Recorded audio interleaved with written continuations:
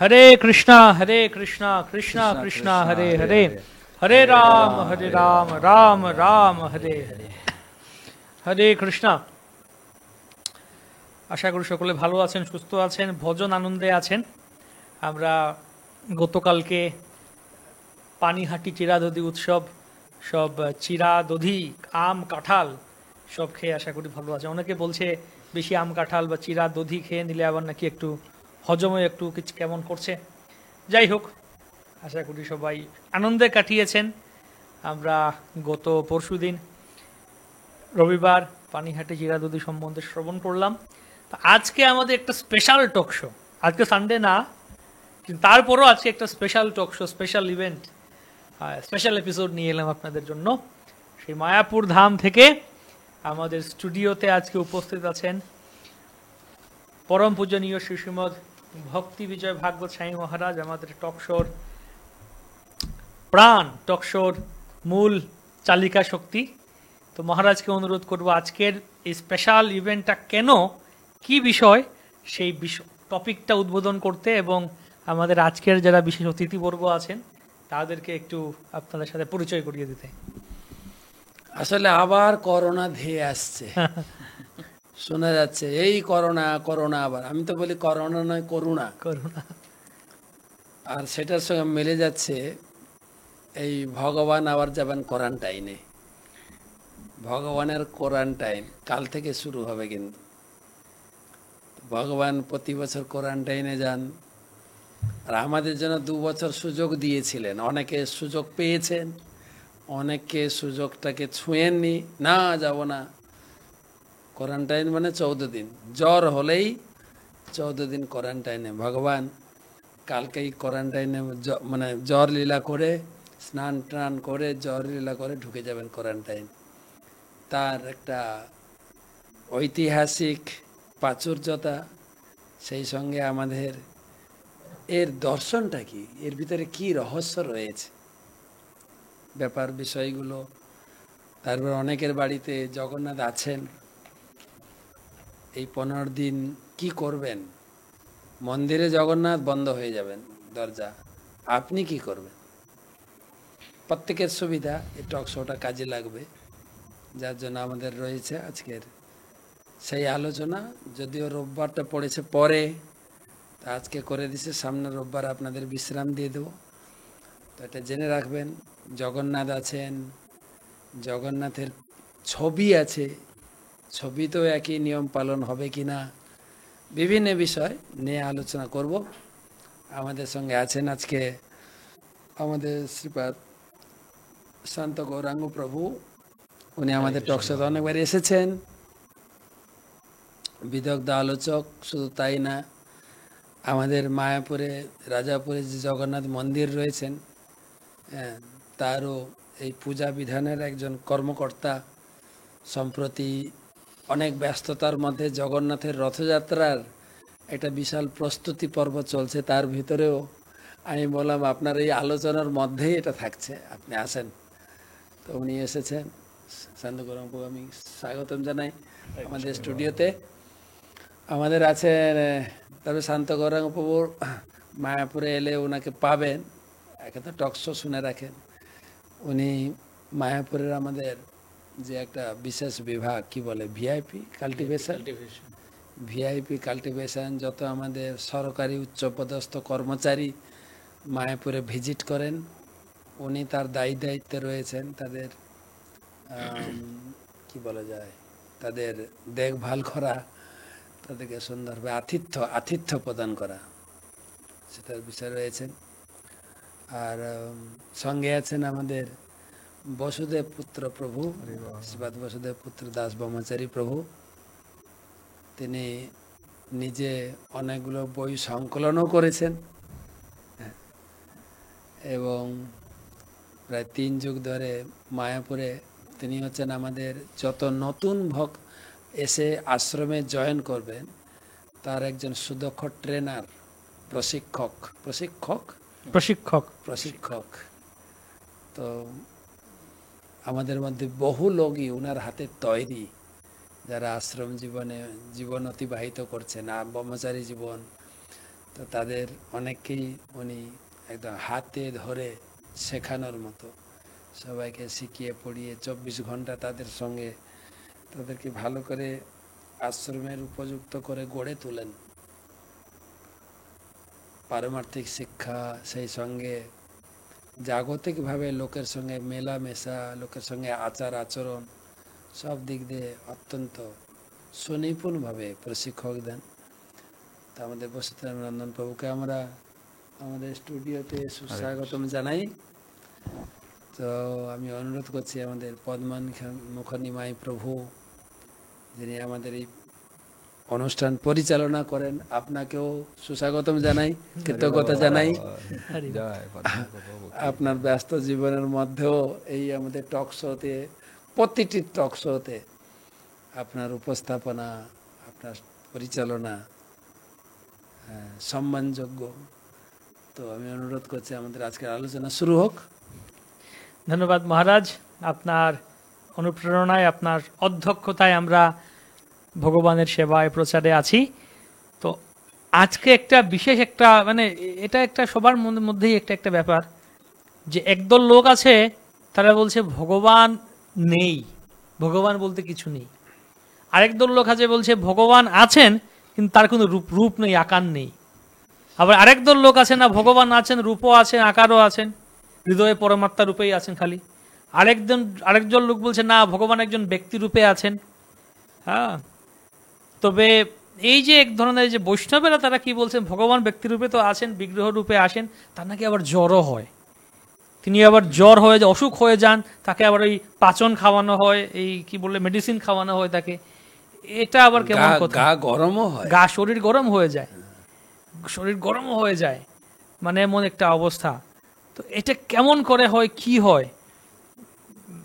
আমি ভুলে যাওয়ার আগে আমার মনে হলো হঠাৎ করে আমাদের রাজাপুরে জগন্নাথের একটা লীলা পড়ছিলাম, যে বিদেশি ভক্ত ওই স্নান যাত্রার পরে নাকি এরকম হচ্ছে, এই সবাই চলে গেছে, ওই সময় দুপুরবেলা মন্দির পরিষ্কার করছেন, সবকিছু দরজা লাগানো আছে জগন্নাথের, আর বাইরে পরিষ্কার করে হঠাৎ করে শব্দ শুনলো একটা জোরে, একজন হাঁচিয়ে দিয়েছে।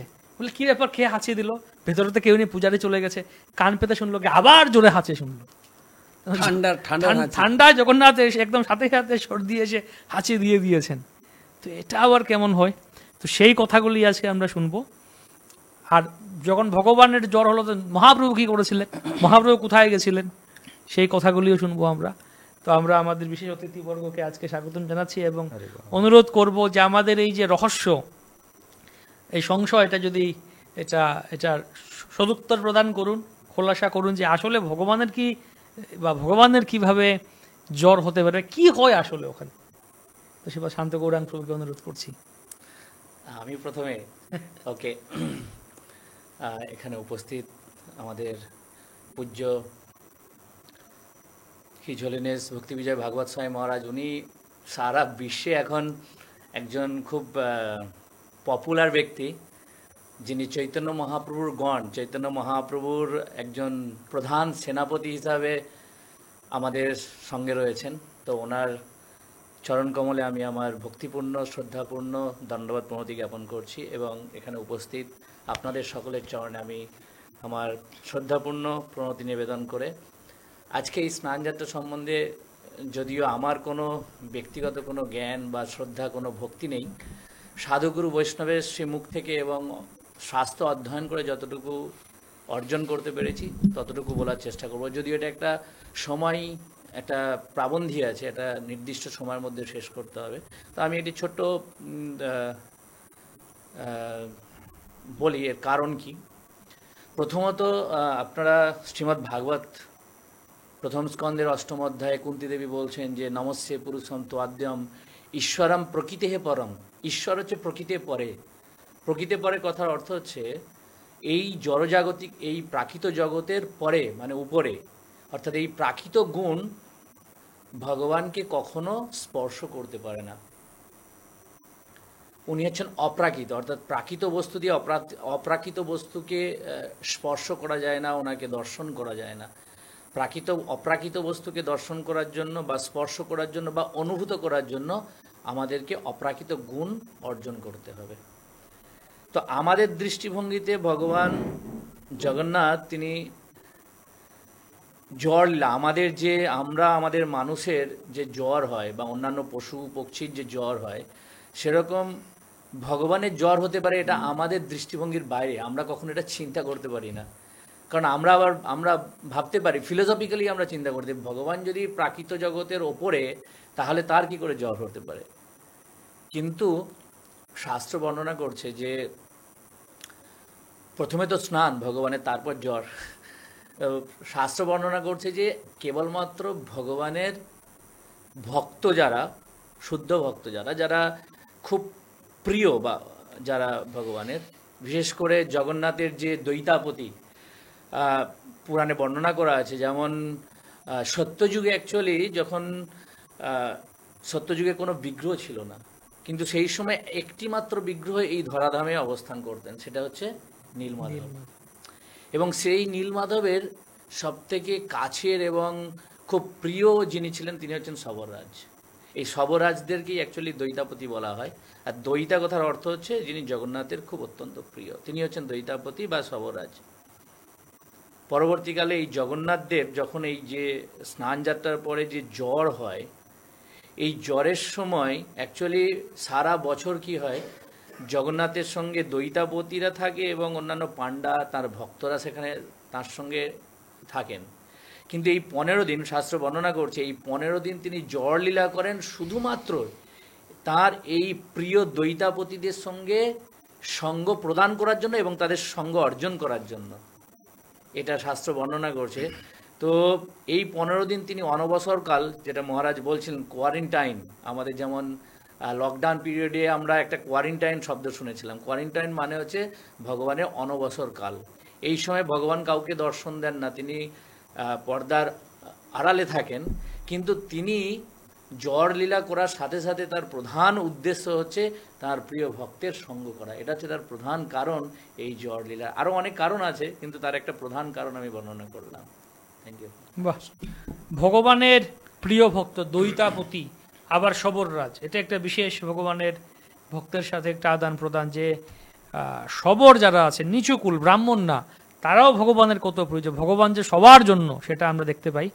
তো আমরা যাবো শ্রীপাদ বসুশ্রেষ্ঠ প্রভুর কাছে, বসুদেব পুত্র প্রভুর কাছে। যে প্রভু, এই তাহলে এই স্নানটা কেন ওই দিনই কি জগন্নাথের জন্মদিন, আবির্ভাব তিথি, না কেন স্নান করানো হয় ওই দিন? হ্যাঁ, স্নান আসলে ভগবান তো সরাট পুরুষ, তিনি যদি ইচ্ছা করেন সব কিছুই সম্ভব, তিনি ইচ্ছাধীন। তা ভগবান শ্রীকৃষ্ণের যতেক লীলা সর্বত্রম নরলীলা, নরবহু তাহার স্বরূপ। যেহেতু তিনি এই জগতে নররূপে একজন সাধারণ মানুষের রূপ ধারণ করে আবির্ভূত হয়েছেন, তাই এই জড়জগতের মানুষের অনুরূপ তিনি আচরণ করেন। তো এই আচরণ করার জন্যেই এই স্নান যাত্রা। ঠিক যেমন প্রভুর শ্রীমুখ থেকে আমরা শ্রবণ করলাম যে এই স্নান যাত্রা, স্নানের পর জ্বর হয়, তো তিনি কি হলো, তার আবির্ভাব এই দিনটাই হচ্ছে জ্যৈষ্ঠ মাসের পূর্ণিমা তিথি, তাই তো? তো এই তিথিতে স্কন্দ পুরাণের বর্ণনা অনুসারে 108টি স্বর্ণ কলসে জল দিয়ে তাকে স্নান করানো হয়, মানে স্বাভাবিকের চেয়ে অনেক বেশি। তার আবির্ভাব বলতে ইন্দ্রদুম্ন মহারাজকে এই দিনেই প্রতিষ্ঠা করেছিলেন বা এরকম কিছু? আসলে তার আবির্ভাবটার সঙ্গে পুরীধামে এই মাধব দাস নামে একজন জগন্নাথের প্রিয় ভক্ত পুরীধামে বাস করতেন। তো সেটা কোন যুগের এই মুহূর্তে আমার মনে নেই। তো তার একবার আমাশা জাতীয় কিছু রোগ হয়েছিল এবং সেই সঙ্গে তার গায়ে জ্বরও এসেছিল। তো এতটাই তিনি আক্রান্ত হয়েছিলেন, বিছানা থেকে তার ওঠার কোনো সামর্থ্য ছিল না। তখন তিনি বিছানায় মলমূত্র ত্যাগ করতেন। আর যেহেতু তিনি ভগবানের অত্যন্ত প্রিয় ভক্ত ছিলেন, আর তার পরিবারের কেউ ছিল না, তাকে দেখার মতো কেউ ছিল না। তা ভগবান প্রতি রাত্রে গোপ বালক রূপে তার কাছে আসতেন, এবং তার অজান্তেই তিনি যখন ঘুমিয়ে পড়তেন তার অজান্তেই তার মলমূত্র পরিষ্কার করে দিতেন। তিনি প্রতিদিন যখন সকালবেলা ঘুম থেকে উঠতেন মাধব দাস, দেখতেন যে এত সুন্দর পরিষ্কার পরিচ্ছন্নতা কি করে সম্ভব, কে এই কাজ করছে, এই চোরকে আমাকে ধরতে হবে, কে এই কাজটি করছে। তা তখন তিনি একদিন জাগ্রত অবস্থায় ছিলেন, ঘুমের ভান করেছিলেন কিন্তু জাগ্রত, আর ইতিমধ্যেই চোর ঘরে ঢুকেছে, সব দেখতে পাচ্ছেন, কিছু বলছেন না, সব পরিষ্কার করে যাচ্ছেন। তারপর শেষে যখন অন্তিম সময় তিনি সেখান থেকে চলে যাবেন, খপ করে তার হাতটা ধরে নিয়েছেন, বলে, চোর, আজকে তুমি ধরা পড়েছ, বলো তুমি কে, তোমার সঠিক পরিচয় দাও, না হলে আমি ছাড়বো না, তোমার হাত আমি ছাড়বো না। শেষে তো ধরা পড়েই গেছেন, শেষে বাধ্য হয়েছেন পরিচয় দিতে। প্রভু, আপনি কি করে এই রকম একটা জঘন্য কাজ করতে পারেন? এটা কি একটা শোভনীয় কাজ? বরং আপনি যদি সত্যি সত্যি সেটাই চান, আমার মঙ্গলেই চান, রোগটা না দিলেই হতো, আপনি এই রোগটা দিলেন কেন? তখন সেই ভগবান বললেন, জগন্নাথ বললেন যে, দেখো বৎস, আসলে প্রত্যেকের কর্মফল প্রত্যেকেই ভোগ করতে হবে। আমি তাদের, যেহেতু তিনি স্বতন্ত্র আত্মা, তার স্বতন্ত্রতায় আমি হস্তক্ষেপ করতে পারি না, তবে হ্যাঁ একটা কাজ করতে পারি, আমি লাঘব করতে পারি, সেটা কমিয়ে দিতে পারি। তখন জগন্নাথ বললেন যে, ঠিক আছে, তুমি কষ্ট পাচ্ছ, এতদিন তো তুমি কর্মফল অনুসারে কষ্ট পেলে, তা তোমার এখনো এই কষ্টের দুর্ভোগ আরো 15 দিন বাকি আছে, তো ঠিক আছে, এই 15 দিন আমি দায়ভাগ নিলাম। তখন ভগবান এইভাবে দায়ভাগ নিলেন এবং তার জ্বর ছেড়ে গেল, রোগ ভালো হয়ে গেল। তা বলা হচ্ছে যে ওই মাধব দাস, তার আগে স্নান যাত্রা বলে কিছু ছিল না, সেখান থেকেই স্নান যাত্রা, জগন্নাথের স্নান যাত্রা শুরু হলো। আচ্ছা, হরে কৃষ্ণ। বাহ, খুব সুন্দর কথা। ভগবানের ভক্তের প্রতি ভগবানের বিশেষ করুণার বহিঃপ্রকাশ, ভগবানের আদান প্রদান, সেটা তো তার মানে আমরা আবার এরকম মনে করবো না যে ভগবান আসুন, আমার শরীর খারাপ হয়েছে, আমার কাছে চলে আসুন, সেরকম আমরা ভগবানকে, আমরা সেরকম ভক্ত নই বা দাবিও করতে পারি না, আশাও করতে পারি না। তারপরে মহারাজের কাছে যাব। মহারাজ, তাহলে এই দিন এই যে কথাটা যে ভগবানের জ্বর হয়, সেটা আমরা কিভাবে লোকদের কাছে উপস্থাপন করতে পারি? যদি আর কিছু যুক্তিতর্ক দেন, যে যারা বহির্মুখ লোক আছে তর্ক করে ভগবান তো সেরকম। প্রথম কথা হচ্ছে, আপনি যেটা বললেন যে ভগবানের জন্মদিন 3 জনের একদিনেই, কি বলে, টুইন না থ্রিল, ট্রিপলেট, 3 জনের একই দিনেই জন্ম উৎসব, অভিষেকের মাধ্যমে ভগবানকে প্রতিষ্ঠা করা হয়। ওটাই ভগবানের, জগন্নাথের আবির্ভাব তিথিও বলা যায়। যেটা এখন আপনি প্রশ্ন করলেন, ভগবানের কাছে কি করে উপস্থাপনা করব, এটা সহজ। যে ভগবান একজন ব্যক্তি, যেটা বসুদেব প্রভু বললেন, কৃষ্ণের যতক লীলা তার মধ্যে নরলীলা। ভগবান একজন ব্যক্তি, ভগবানের জ্বর হয়, ভগবানের ক্ষুধা লাগে। যখন ভগবান কৃষ্ণ বৃন্দাবনে ছিলেন, মাখন চুরি করে খেতেন, মা তাকে দড়ি দিয়ে বেঁধেছেন।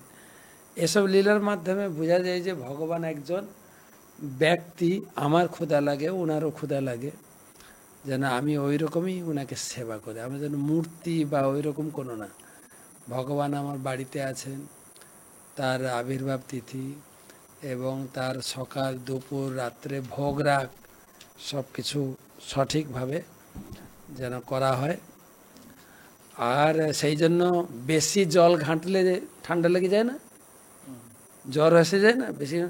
আমরা যদি একটু বর্ষায় ভিজি, আগের দিনের লোক ছিল সে ঘন্টার পর ঘন্টা, দিনের পর দিন বৃষ্টিতে ভিজে ভিজে গায়ে, এখন একটু মাথায় জল পড়লেই জ্বর এসে যায়। আর ভগবান এত দয়ালু, যেরকম আমাদের মায়াপুরে জগন্নাথের যে স্নান হবে সকাল 7টা থেকে, 8টা থেকে শুরু হয়, 7:30 8টা থেকে শুরু হয়, 12টা 12:30। আর 12:30 পর্যন্ত যদি আপনার মাথায় জল ঢালা হয়, জ্বর আসবে কিনা বলে জল। আর তিনি এত কৃপালু, সবার হাতে এই সেবাটা গ্রহণ করেন। এমনি জগন্নাথ মন্দিরে কত রেস্ট্রিকশন, কিন্তু যখন স্নান বেদিতে আসছেন, যদিও পুরীতে একটা রেস্ট্রিকশন আছে যাকে বললো পান্ডাদের মধ্যে, কিন্তু আমাদের ইস্কনে যত জগন্নাথের স্নান যাত্রা হয় তো একদম পাবলিকের জন্য। তবে অনেকে খুব নিষ্ঠা করে, সকাল থেকে উপবাস থেকে তারা জল নিয়ে আসেন, ডাব নিয়ে আসেন, দুধ নিয়ে আসেন, জগন্নাথকে স্নান করাবো। এবং এই উৎসবের নামই হয়ে গেছে স্নান যাত্রা মহোৎসব। আর সব জায়গায় প্রচুর পরিমাণে খিচুড়ি প্রসাদ বিতরণ হবে, হাজার হাজার লোক স্নান করাবেন, প্রসাদ পাবেন, চরণামৃত পাবেন। এবং বিকালে আরেকটা অনুষ্ঠান আছে, সেটার বিষয়ে আসবো। তো আপনার প্রশ্নের উত্তর হচ্ছে, ভগবান একজন ব্যক্তি, তিনি মূর্তি নন। হ্যাঁ, এর কাহিনীও আর দেখা যায়। একবার জগন্নাথ মন্দিরে একজন পান্ডা পুজো করছিলেন। তো তিনি দেখছেন রাজা আসছেন। তো রাজা সাধারণত জগন্নাথ দর্শন করলেই রাজা সাধারণত ভগবানের কিছু প্রসাদ চান, প্রসাদী চন্দন তুলসী দিন বা গলার মালা দিন। তো জগন্নাথের গলায় কোনো মালা ছিল না, তো ওর গলায় মালা ছিল, ও জগন্নাথকে পরিয়ে দিয়েছে। তলিচা মহাপাত্র নাম ছিল, তলিচা মহাপাত্র। আমাদের পরম পূজ্য ভক্তি পুরুষোত্তম মহারাজ তার বইতে এই কাহিনীটা দিয়েছে। এটা একদম সত্য ঘটনা। পুরীতে যা যা ঘটনা হয়, পুরীর পান্ডারা উড়িয়াতে লিখে রাখেন, মহারাজ সেখান থেকে কালেকশন করে বাংলা, ইংরেজি, হিন্দিতে অনুবাদ করেছেন। তো যেই রাজা এসছেন, তো জগন্নাথের গলার সেই জুঁই ফুলের মালা রাজাকে দিয়েছেন। রাজা খুব খুব আনন্দ, জগন্নাথের গলার প্রসাদী মালা, কি সুগন্ধ। ঘরে গিয়ে বারান্দায় ব্যালকনিতে বসেছেন, দোলনাতে, আর আস্বাদন করছেন সুঘ্রাণ জগন্নাথের প্রসাদ। তারপর দেখছি একটা চুল আছে, লম্বা চুল। চুল থাকা মানে, চুল স্পর্শ করা মানে বস্তুটা অপবিত্র হয়ে যায়। চুল কোথা থেকে এলো, বা এই অপবিত্র মালাটা ভগবানকে কেন পরানো হলো, কিভাবে মাথায় বুদ্ধি এলো? না, মালাটা জগন্নাথের না, ও পান্ডার গলায় ছিল। জগন্নাথ হয়তো অনুপ্রেরণা দিয়ে, পান্ডা নিজে পরিয়েছে জগন্নাথকে, সেটা আমাকে দিয়েছে। তো ওখান থেকে অর্ডার করেছে, এই মহাপাত্রজি, মালাতে এত বড় চুল, জগন্নাথের মাথায় চুল আছে নাকি? একে তো ভুল করেছে, আর মুখ থেকে মিথ্যা কথাও বেরিয়ে গেছে। হ্যাঁ, জগন্নাথের মাথায় চুল নেই, আপনি দেখবেন জগন্নাথের মাথায় কত বড় বড় চুল। রাজা তো আরো রেগে গেছে, একটা মিথ্যাকে ঢাকতে গিয়ে আরেকটা মিথ্যা। কালকে আমি যাব, যদি চুল দেখাতে পারেন তাহলে, না হলে কিন্তু আপনার মৃত্যুদণ্ড। এই বেচারা তো দুটোই মিথ্যা হয়ে গেছে, কি করবে এখন? ভগবানের কাছে কি প্রার্থনা করেছেন, প্রভু আমার মতো অধমকে আপনি সেবায় নিয়েছেন, তা আবার এতগুলো ভুল করেছে, একটা ভুলকে ঢাকতে দিয়ে আরেকটা ভুল।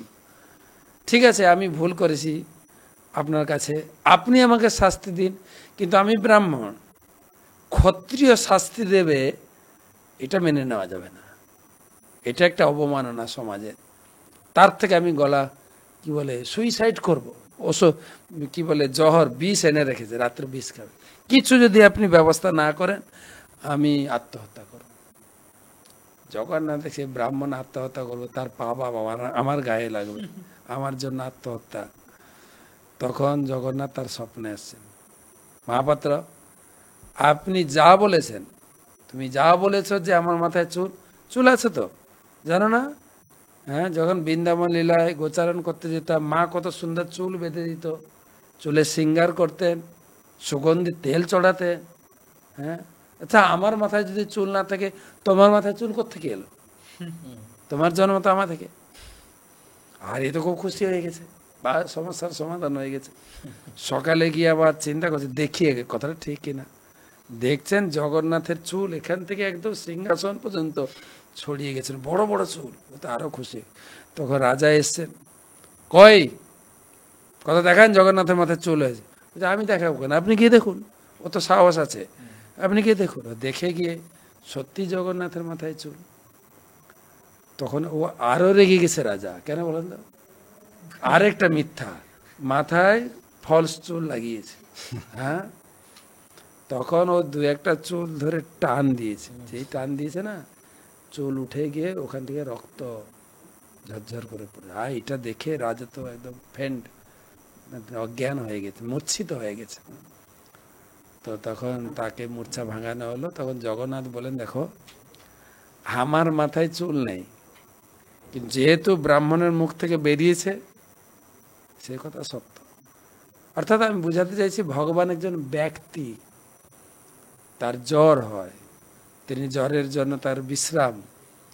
এর পিছনে আরেকটা রহস্য আছে, আমি পরে বলছি, যে কেন তিনি বিশ্রামে যান, কেন তিনি জ্বরে যান। তো সেই জন্য এটা স্বীকার করতেই হবে। ভগবান নিজে বলেছেন, হ্যাঁ আমার জ্বর হয়, আমাকে বিশ্রাম দিতে হবে, আমাকে উনি বিধান দিয়েছেন। ওই জ্বরের সময় যেরকম কেউ ভাত খায় না, জ্বরের সময় একটা স্পেশাল পথ্য থাকে, ডায়েট থাকে, এগুলো ফলো করতে হবে। তার তিনি বিধান দিয়ে গেছেন, পাচন কি দিয়ে তৈরি হবে। আর ওই সময় খুব একটু প্রোটিন জাতীয় হেলথি ফুড খাওয়ানো হয়। খুব সুন্দর খিচুড়ি, একটু ভাজি, মোটামুটি ওই সময় আমাদের একটু প্রসাদও পাওয়া যায়, আমরা ওষুধ প্রসাদও খাই, খুব আনন্দের। ভগবান একজন ডায়েট ব্যক্তি। প্রসাদ। হ্যাঁ, ডায়েট প্রসাদ। তো ভগবান একজন ব্যক্তি, সেই জন্য এই লীলা তিনি জগতে প্রদর্শন করছেন। আর ভক্তের সঙ্গে তিনি সরাসরি আদান প্রদান করেন, যেটা শান্তপ্রভু বললেন, ভক্তের সঙ্গে ডাইরেক্ট আদান প্রদান। বাহ, ভগবান খুব সুন্দর একজন ব্যক্তি। আমার মনে আছে একবার আমি গেছিলাম কোথাও এক জায়গায় প্রচারে, তো একজনের বাড়িতে গেলাম, বসে কথা বলছি ওনার সাথে। তো ওনার কিছু প্রশ্ন ছিল, তো একটা প্রশ্ন করছেন, আচ্ছা আমি দেখি আপনাদের মন্দিরে আপনারা আপনাদের এই ভগবানের এমন সেবা করেন যে ভগবানের আবার খাট পালং আছে, ভগবানের গরমের দিনে বাতাস করছেন, তারপরে ভগবান শীতের দিনে আবার আপনারা শীতের কাপড় পরিয়ে দিচ্ছেন। মানে এই যে মানুষের যেরকম করা হয়, আপনার সবকিছু ভগবানের মানুষের মতো করেই আপনারা সবকিছু পরিপাটি করে দিচ্ছেন। কিন্তু একটা প্রশ্ন আছে, এত কিছু দিচ্ছেন কিন্তু ভগবানের তো বাথরুম নেই। বাথরুম তো দেখলাম না, বাথরুম নেই, আপনাদের বাথরুম আছে, ভগবানের বাথরুমটা কোথায়? তখন আমি বললাম যে হ্যাঁ, আসলে বৈদিক যুগে মানুষের ঘরে বাথরুম ছিল না আগের সময়। তো প্রভুপাদের একটা কথা আমি বললাম, প্রভুপাদ ওই গেছে নিউ বৃন্দাবন, রাধানাথ মহারাজ বলছিলেন যে উনাকে সেবা দিয়েছে প্রভুপাদের জন্য বাথরুম তৈরি করতে। তো উনি অনেক সুন্দর করে করে একটু বাথরুম তৈরি করেছেন। উনি মনে একটু ছিল, আমি করেছি সুন্দর বাথরুম, প্রভুপাদ দেখাবো আমি। তো প্রভুপাদ এসে, মহারাজ বলছিলেন উনার বিনয় আমার একটু অহংকার ভাব এসেছিল। তো প্রভুপাদ এসে বললেন টয়লেট কোন দিকে, ওইদিকে। উনি গিয়ে ওখান থেকে ঘটিতে জল নিয়ে বাইরে চলে গেলেন, জঙ্গলে করে এলেন। এসে বলে খোলা আকাশের নিচে সুন্দর ব্যবস্থা। তো এসে বললেন, যতদিন ছিলেন প্রভুপাদ ওখানে, উনি একদিনও বাথরুমটা ইউজই করেননি। তো মহারাজ বলেন যে আমার একটু অহংকার ছিল, এই জন্য প্রভুপাদ এটা ইউজই করলেন না বাইরে।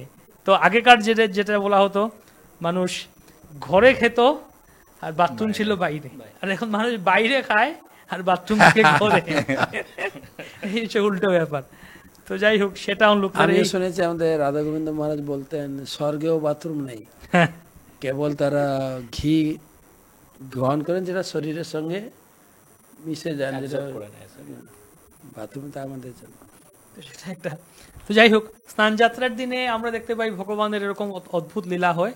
তো আর কি কি হয় ওই দিনে, আর কি কি উৎসব আছে, আবার কি কি কাহিনী আছে, যদি আমাদের শোনান।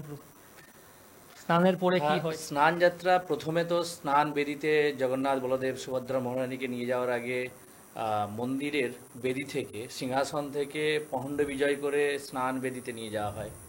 3টি বিগ্রহকে একের পর এক, তার সাথে সুদর্শনকে নিয়ে যাওয়া হয়, স্নান করানো হয়। স্নানের পরে মহারাজ বললেন যে আমাদের ইস্কনে বিভিন্ন পঞ্চগব্য দিয়ে অভিষেক করানো হয়, কিন্তু যদি জগন্নাথপুরীতে যান, জগন্নাথপুরীতে কিন্তু পঞ্চগব্য দিয়ে করানো হয় না। পঞ্চগব্য প্রভু বসুদেব পুত্র প্রভু বললেন যে 108টা স্বর্ণ কলস সেই জল নিয়ে এসে মেনশন করা আছে যে স্বর্ণ পুকুর থেকে ওই জল নিয়ে আসা হয়। একটি পুকুর আছে, সেই সোনা পুকুরে- কুয়া। হ্যাঁ, সোনা কুয়া, স্বর্ণ কুয়া এবং সোনা কুয়া, স্বর্ণ বললে হবে না, সোনা কুয়া, সোনা কুয়া। সোনা কুয়া। এবং শুধু তাই নয়, যারা ওই জলটা প্রথমে নিয়ে আসে তাদের বলা হয় সোনা গোসাই। তো এই সোনা গোসাইরা প্রথমে এই 108টা কলস জল নিয়ে আসে। এবং আমি হিজ হোলিনেস ভক্তি পুরুষোত্তম মহারাজের একটি ক্লাস শুনছিলাম অনেক দিন আগে, সম্ভবত গত বছর, যে এই কলসে যে জল থাকে না, এই জলের মধ্যে 27 রকমের মহৌষধি এবং 8 রকমের সুগন্ধ দ্রব্যের সঙ্গে মেশানো হয়। আমাদের যেমন দুধ, দই, ঘি, বিভিন্ন উপাচার দিয়ে ভগবানকে, জগন্নাথকে স্নান করানো হয়, পুরীতে এটা হয় না। পুরীতে এই 108 স্পেশাল, এবং ওই জলের মধ্যে আবার বৈদিক মন্ত্র উচ্চারণ, স্পেশাল মন্ত্র দেয়া হয়, যেমন পুরুষ সূক্ত মন্ত্র, সহস্রাক্ষ মন্ত্র, এরকম বিভিন্ন মন্ত্রের মধ্যে মন্ত্রপুত জল দিয়ে জগন্নাথকে স্নান করানো হয়। তো স্নান করানোর আরেকটি অর্থ ব্যাখ্যা করা আছে যে স্নান কেন করানো হয়। স্নান অ্যাকচুয়ালি করানো হয়, যেমন আমরা স্নান করি বিভিন্নভাবে, 7 প্রকারের স্নানের কথা বর্ণনা করা আছে।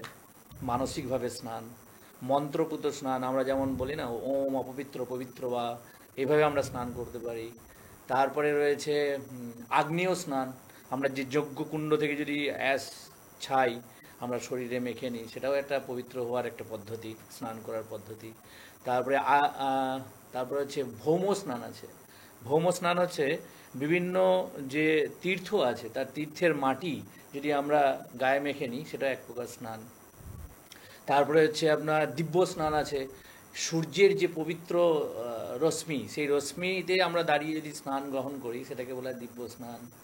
তারপরে আছে আপনার বরুণ স্নান। বরুণ স্নান অর্থাৎ বিভিন্ন গঙ্গা, যমুনা, সরস্বতী নদীতে বা পুকুরে বা বাথরুমে আমরা যখন স্নান করি জলের মাধ্যম দিয়ে, সেটাও আমাদের একটা পবিত্র হওয়ার একটা রীতি, একটা পদ্ধতি। এভাবে 7 প্রকার স্নান হয়। কিন্তু এটা একমাত্র, এটা শাস্ত্রে বর্ণনা আছে, এটা আমাদের মতো সাধারণ জীব, মনুষ্যদের জন্য, দেবতাদের জন্য এবং বলা হয়েছে যে সন্ত পুরুষদের জন্য, কিন্তু জগন্নাথের জন্য নয়, ভগবানের জন্য নয়। ভগবানের স্নানকে বলা হয়, এই 7 প্রকার স্নানের মধ্যে পড়ে না। ভগবানের স্নান হচ্ছে অভিষেক, ভগবানকে অভিষেক করা হয়। স্নান খুব চলিত ভাষা, ভগবানের ক্ষেত্রে এই স্নান ভাষাটা ইউজ করা ঠিক উপযুক্ত নয়, কিন্তু আমরা বলে বলে অভ্যস্ত স্নান, কিন্তু ভগবানকে অভিষিক্ত করা হয়। তো সেই অভিষিক্ত, যেটা আমি বলছিলাম, বিভিন্ন রকমের 27 রকমের সুগন্ধি, এই মহৌষধি ওর মধ্যে যোগ করা হয়। তারপরে জগন্নাথকে হচ্ছে 35টি কলস দিয়ে স্নান করানো হয়, বলদেবকে হচ্ছে 33টি কলস দিয়ে কলসের জল দিয়ে স্নান করানো হয়, সুভদ্রা মহারানীকে সম্ভবত 22টি কলস, আর সুদর্শনকে 18টি, টোটাল করলে 108টি কলস হয়। তো এইভাবে একের পর এক জগন্নাথ, বলদেব, সুভদ্রা মহারানী, সুদর্শনকে স্নান করানো হয়। তো স্নান করানোর পরে তারপরে এই বিগ্রহকে আবার সুন্দর করে মুছিয়ে ভালো করে আবার পণ্ড বিজয় সহকারে তার স্নান বেদিতে নিয়ে যাওয়া হয়। তারপরে খুব সুন্দর গজবেশ দর্শন করানো হয়। আমাদের, আপনারা পুরীতে, জগন্নাথ পুরীতে গেলে এটা তো দর্শন করতে পারেন, কিন্তু অভিন্ন পুরী আমাদের মায়াপুরে রয়েছে, রাজাপুর। যারা আপনারা আগে এসছেন, দর্শন করেছেন, এই রাজাপুরে আমাদের যে জগন্নাথ রয়েছে, মহারাজ বলছিলেন যে 2 in 1। 2 in 1 কেন না, যে জগন্নাথ পুরীতে বিরাজমান ঠিক সেম জগন্নাথ আমাদের এখানে বিরাজমান। আরেকটি বলছিলেন মহারাজ, যে আমার খুব ভালো লেগেছে এটা, যে দ্বারকাধীশ হচ্ছেন ঐশ্বর্যমণ্ডিত, আর বৃন্দাবনে ভগবান কৃষ্ণ হচ্ছেন মাধুর্যময়, আর ঔদর্যময় হচ্ছে আমাদের মহাপ্রভু। তো এই 3-এর সংমিশ্রণে 3 in 1 মহারাজ বলছেন, সেই জগন্নাথ দেব এখানে স্বয়ং বিরাজ করছেন আমাদের রাজাপুরে। তো আপনারা যারা এখনো সেই সৌভাগ্য অর্জন করেননি, রাজাপুরে এসে, পুরীতে গেলে দর্শন করা যায়, কিন্তু জগন্নাথকে স্নান করানো বা টাচ করা তো অনেক দূরের ব্যাপার। সেখানে মহারাজ বললেন যে বিশেষ বিশেষ পুরোহিতরা বা পান্ডারা সেখানে অ্যালাউ করে, কিন্তু আমাদের এখানে অবাধে, মানে জাতি ধর্ম নির্বিশেষে, বাল বৃদ্ধ বনিতা সবাইকে আমাদের এই সুযোগ জগন্নাথ দিয়েছেন যে তাকে গিয়ে স্পর্শ করে আপনি স্নান করাতে পারেন। তা আপনারা যারা আসেননি এখনো পর্যন্ত মায়াপুরে, আমাদের আজকের দিনে এই স্নানযাত্রা অনুষ্ঠিত হচ্ছে, আপনারা আসুন এবং আপনারা নিজের ইচ্ছা সহকারে আপনি গঙ্গার জল নিয়ে আসতে পারেন, আপনি ডাব নিয়ে আসতে পারেন, দুধ, দই, ঘি, যা খুশি আপনার, আপনি যে ভাব নিয়ে, কারণ ভগবান হচ্ছেন ভাবগ্রাহী জনার্দন, আপনি যে ভাব নিয়ে ভগবানকে স্নান করাবেন সেইভাবেই ভগবান সেটি গ্রহণ করবেন। আসুন এই স্নানযাত্রা আজকে অংশগ্রহণ করুন। আর সব থেকে বড় কথা হচ্ছে স্নানের পরে আরেকটি সব থেকে যে খুব মাহাত্ম্যপূর্ণ এবং গুরুত্বপূর্ণ, সেটা হচ্ছে এই স্নান বেদিতে যদি জগন্নাথকে কেউ দর্শন করে তার মাহাত্ম্য অনেক। তো স্কন্দ পুরাণে ব্যাখ্যা করা আছে, একটা শ্লোক আছে খুব সুন্দর, ব্রহ্মপুরাণে ব্যাখ্যা করা হয়েছে যে अस्मिन काले जे मर्ता पश्यन्ति पुरुषोत्तम बलभद्रम सुभद्रम सुभद्रं च त्याज्यन्ति पदम अव्ययम सुभद्रा रामसहितं मंचस्थ पुरुषोत्तमम दृष्टा निरामय स्थान यान्ति न संशय। অর্থাৎ এই স্থান বেদিতে অবস্থানকালে জগন্নাথ, বলদেব এবং সুভদ্রা মহারানীকে যারা দর্শন করবে তার নিরাময় স্থানম, তার সমস্ত দুঃখ ঘুচে যাবে। এবং যে পশ্যন্তি পুরুষোত্তম अस्मिन কালে, এই সময়ে যদি কেউ দর্শন করে তাহলে তিনি অব্যয় পদ লাভ করবেন, পদম অব্যয়ম। এবং সেই বিষয়ে ন সংশয়, কোনো সংশয় নেই। ব্রহ্মপুরাণ খুব সুন্দর ব্যাখ্যা করছে। এবং তারপরে স্নানের পরে আবার সেই বিগ্রহকে যখন ফিরিয়ে নিয়ে আসা হয়, খুব মাহাত্ম্যপূর্ণ একটি দর্শন, সেটা হচ্ছে গজবেশ দর্শন। গজবেশ দর্শন সম্বন্ধে বলবো না মহারাজ বলবেন পরবর্তীকালে? তো গজবেশ দর্শন হয়, আমাদের এখানে একটি প্রথা আছে, যখন জগন্নাথের গজবেশ দর্শন হয় তখন খুব সুন্দর ভগবানের সামনে এই সময় যখন স্নান হয় তখন পুরাণে ব্যাখ্যা করা আছে সমস্ত দেবদেবীরা অন্তরিক্ষ থেকে সেই স্নান দর্শন করেন। শুধুমাত্র যে আমরা এই মর্তধামে যারা আছি তারা মর্তলোক থেকে দর্শন করছে নয়, অন্তরিক্ষ থেকে দেবলোক পর্যন্ত তারা দর্শন করেন, দেবতারা পর্যন্ত। তো এটা খুব মাহাত্ম্যপূর্ণ এই দিন, আজকের দিন, এই স্নান পূর্ণিমা, জ্যৈষ্ঠ মাসের এই স্নান পূর্ণিমা, এটাকে দেব পূর্ণিমা বলা হয়, দেব স্নান বলা হয় পুরীতে। আপনারা আসুন আর এই অংশগ্রহণ করুন। এবং জগন্নাথের সামনে খুব সুন্দর ওড়িশি নৃত্য করা হয়। আমাদের এখানে ভক্তরা আছেন যারা খুব সুন্দর ওড়িশি নৃত্য করে জগন্নাথকে সন্তুষ্ট করার জন্য তারা চেষ্টা করেন। আপনারাও অংশগ্রহণ করতে পারেন। আর যেটা গজবেশ কেন দর্শন করালো সেটা পরবর্তীকালে মহারাজ বা প্রভুরা আছেন বলবেন। হরে কৃষ্ণ। হরি বল। দেবস্নান, এই সুযোগটা কেউ মিস করবেন না, চলে আসুন মায়াপুর ধামে। যাই হোক, আপনি শান্তবাবু একটা কথা বলছিলেন পুরীর অভিন্ন, কিন্তু আরও বলা যায় যে পুরীতে তো বিগ্রহর কাছেই যাওয়া যাবে না, টাচ করা দূরের কথা। আরেকটা গুরুত্বপূর্ণ কথা লুকিয়ে আছে, পুরীতে 12 বছর অন্তর বিগ্রহ পরিবর্তন হয়, এই বিগ্রহ কিন্তু পরিবর্তন হয় না। খুব মাহাত্ম্যপূর্ণ এই বিগ্রহ সেই আছে। এবং এত মাহাত্ম্যপূর্ণ, আমাদের রাজাপুর মন্দিরের আশেপাশে যারা আছেন তারা সেই বিগ্রহকে ওখান থেকে নিয়ে রথে নিয়ে যেতে দেন না। তারা এত ভালোবাসেন বিগ্রহকে, জগন্নাথ চলে গিয়ে না আসেন। তো ওখানকার যেরকম জাতি ধর্ম নির্বিশেষে, হয়তো চারিপাশে সবাই হিন্দু নেই, কিন্তু অন্যান্য ধর্মের লোকেরাও তাকে ভগবান বলে পুজো করেন, তাকে মানেন, মানসিক রাখেন। এটাও আমরা পড়েছি বা শুনেছি, দেখছিও। বাহ। তো গজবেশ সম্বন্ধে যদি প্রভু বললেন, এর পেছনে কি কাহিনী, কেন গজবেশ ধারণ করলেন? গজবেশটা মহারাজ বলবেন। আমাদের ভক্তি পুরুষোত্তম মহারাজ যেটা লিখেছেন, গণপতি ভট্টের কথা, দক্ষিণ ভারতের একজন গণেশের ভক্ত ছিলেন। তিনি পুরাণ টুরাণ পড়ে জানতে পেরেছেন যে পরম ব্রহ্ম পুরীতে আবির্ভূত হয়েছেন। আর তিনি পায়ে হেঁটে হেঁটে প্রায় 2000 কিলোমিটার রাস্তা পায়ে হেঁটে হেঁটে এসে উপস্থিত হয়েছেন। আর ওই দিনটা ছিল স্নান যাত্রা। তিনি শাস্ত্র পড়ে জেনেছেন সেই পরম ব্রহ্মকে দর্শন করলে আর এই জড়জগতে ফিরে আসতে হয় না, মুক্তি প্রাপ্ত হয়, মুক্তি। তো অনেক আশা নিয়ে অনেক পথ অতিক্রম করে পায়ে হেঁটে হেঁটে পুরীতে পৌঁছেছেন। চারিদিক থেকে হাজার হাজার লোক আসছেন স্নান যাত্রা দেখতে। স্নান করিয়ে তারা দর্শন করে প্রসাদ পেয়ে ফিরে যাচ্ছে। ঠিক পুরী এরিয়ার মধ্যে ঢুকছে, দেখছে হাজার হাজার লোক আসছে যাচ্ছে। যারা আসছে তো ঠিক আছে, যারা ফেরত যাচ্ছে, তোমরা কোথায় যাচ্ছ? বলে আমরা এসেছিলাম পরম ব্রহ্ম দর্শন করতে, দর্শন করে ফিরে যাচ্ছি। বলছে আমি তো শাস্ত্রে পড়েছি পরম ব্রহ্মকে দর্শন করলে আর জগতে ফিরে যেতে হয় না, মুক্তিপ্রাপ্ত হয়। তাহলে শাস্ত্রটা তো ভুল। তাহলে এই যে শাস্ত্রে লেখা আছে না পরম ব্রহ্ম টর্ম কিছু নেই, সে ফালতু কথা। ও ওখান থেকে ঘুরে যাচ্ছে।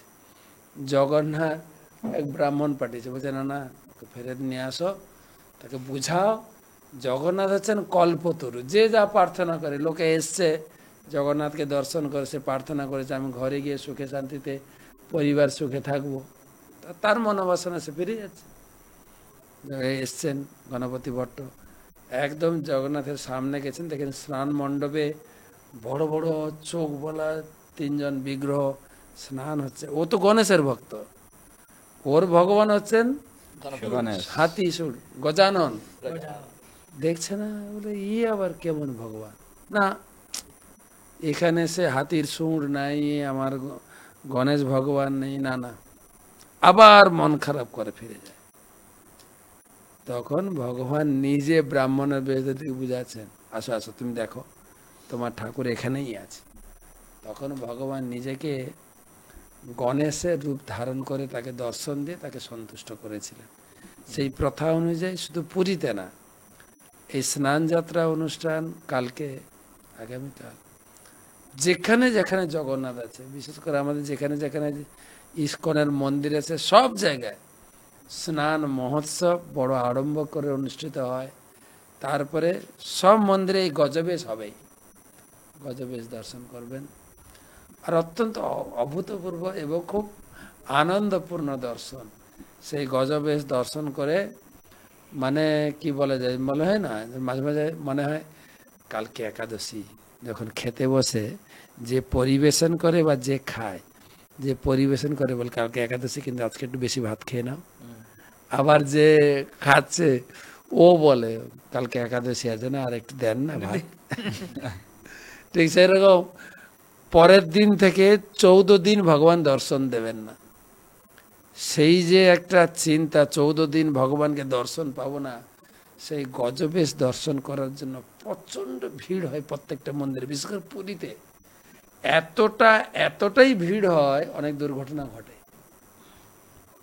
এতটা ভিড় হয়। মানে ভগবানকে দর্শন করার যে লালসা আর তাদের মধ্যে যে বিশ্বাস, সাক্ষাৎ ভগবান তার দর্শনের মাধ্যমে তিনি জগৎকে কৃপা করেন, এটা একটা অবদান। সেইখান থেকে এই গণপতি ভট্টকে কৃপা প্রদর্শনের মাধ্যমে এই প্রথাটা চালু হয়েছে, স্নানের পরে ভগবান গজবেশ দর্শন করে। হরি হরি। মহারাজ, এখানে একটা প্রশ্ন আসে বা একটা মানুষের মধ্যে একটা সংশয় জাগে, তাহলে কি গণেশই ভগবান? গণেশ আর বিষ্ণু আর কৃষ্ণ জগন্নাথ সব এক? এক নয়, দুটো এক নয়। আমরা ভগবানের সঙ্গে এক, ভগবানের সঙ্গে ভিন্ন, গুণগতভাবে এক। এক। যে প্রভুপাদ উদাহরণ দিয়েছেন সমুদ্রের জল, সমুদ্রের 1 গ্লাস জল আর পুরো সমুদ্রের জল গুণগতভাবে এক। গ্লাসের জলও নোনতা, সমুদ্রের জল, কিন্তু পরিমাণগতভাবে ভিন্ন। তাই দেবদেবী হচ্ছেন ভগবানের সরাসরি সেবক। এই জগৎ পরিচালনা করতে গিয়ে ভগবান দেবদেবীদের ভিন্ন ভিন্ন কাজে নিযুক্ত করে। যেরকম প্রধানমন্ত্রী একজন বা মুখ্যমন্ত্রী একজন, কিন্তু তার মন্ত্রী পরিষদ ভগবান তিনি বিশ্বরূপের মাধ্যমে দেখিয়েছেন, বিশ্বরূপ যোগে, যে সমস্ত দেবদেবীকে নিয়ে তার একটা বিরাট স্বরূপ। তো সেই জন্য স্বতন্ত্রভাবে দেবদেবীকে ভগবান বলে পূজা করা অপরাধ বা অন্যায়।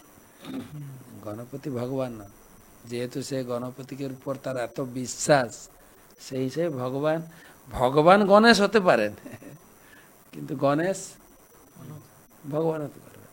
তো সেই জন্য গণেশ ভগবান না, ভগবানের খুব অন্তরঙ্গ ভক্ত। যাই হোক, আরেকটি সংশয় আমাদের স্পষ্ট হলো ভগবান এবং দেবদেবীর অবস্থান সম্বন্ধে। তো মহাপ্রভু তো পুরীতে ছিলেন আমরা শুনলাম, তো যখন এই স্নান যাত্রা হয় তাহলে মহাপ্রভু কোথায় যেতেন? মহাপ্রভু নাকি চলে যেতেন পুরী থেকে, কোথায় যেতেন যদি প্রভু বললেন? আসলে ভগবান তো দিব্য, তার কার্যাবলী দিব্য। জন্ম কর্ম চমে দিব্যম। তা সবই দিব্য। তিনি যেমন আমরা এখানে আছি, আমাদের প্রধানমন্ত্রী কোথায় আছেন? সংসদে বসে আছেন। তিনি হয়তো সেখানে আছেন, সেটা একটা দর্শন। তিনি সেখানে আছেন, কিন্তু তিনি এখানেও আছেন। এখানে কিভাবে আছেন? এখানে প্রশাসনের মাধ্যমে তিনি এখানেও উপস্থিত আছেন। তা ভগবান মহারাজ যেটা বললেন, ভগবান আছেন, আবার ভগবান এখানে নেই। যেমন দেবদেবীরাও ভগবান, যেমন আপনি বললেন গণেশ, একই সঙ্গে মহারাজ দৃষ্টান্ত দিলেন, সমুদ্রের জলের দৃষ্টান্ত দিলেন। তা ভগবান প্রত্যেকটা জায়গায় আছেন, এই নয় যে ভগবান নেই। তো আপাত দৃষ্টিতে এরকম কিছু মনে হয় আমাদের, কিন্তু যদি আমরা গভীর অন্তর্দৃষ্টিতে দেখি, ভগবানের উপস্থিতি ব্যতীত কোনো কিছুই সম্ভব নয়। ভগবান সব জায়গায় আছে। বাহ্যিক দৃষ্টিতে কিছু আলাদা প্রতীয়মান হতে পারে। হরে কৃষ্ণ। তো এই পয়েন্টের উপর আমি একটু বলতে পারি, চৈতন্য মহাপ্রভু চৈতন্য চৈতামৃত অনুসারে চৈতন্য মহাপ্রভু যে 18 বছর পুরীতে শ্রীক্ষেত্র ধামে তিনি নিবাস করেছিলেন, তিনি একটা দিনের জন্য ভগবান জগন্নাথকে দর্শন করতে যাননি এরকম দিন নেই। প্রত্যেকটা দিন উনি দর্শন করতে যেতেন। কিন্তু দুর্ভাগ্যবশত যখন এই স্নান যাত্রার পরে অনবসর কাল চলতো, মানে 15 দিন বন্ধ থাকতো, তখন চৈতন্য মহাপ্রভু উন্মাদের মতো হয়ে যেতেন। জগন্নাথকে দর্শন করতে না পেরে উনি বিরহ যন্ত্রণায় উন্মাদের মতো হয়ে যেতেন। তখন যেহেতু এইরকম অবস্থা ওনার হতো, এটা খুব দুঃখজনক এবং খুব মর্মাহত হতো তার ভক্তরা। তো সেই জন্য জগন্নাথ দেব তাকে এক ভক্তকে সম্ভবত স্বপ্ন দেখিয়েছিলেন বা কোনো পূজারীর মাধ্যমে বলেছিলেন যে সেখান থেকে, পুরী থেকে 15 কিলোমিটার দূরে আলালনাথ রয়েছে।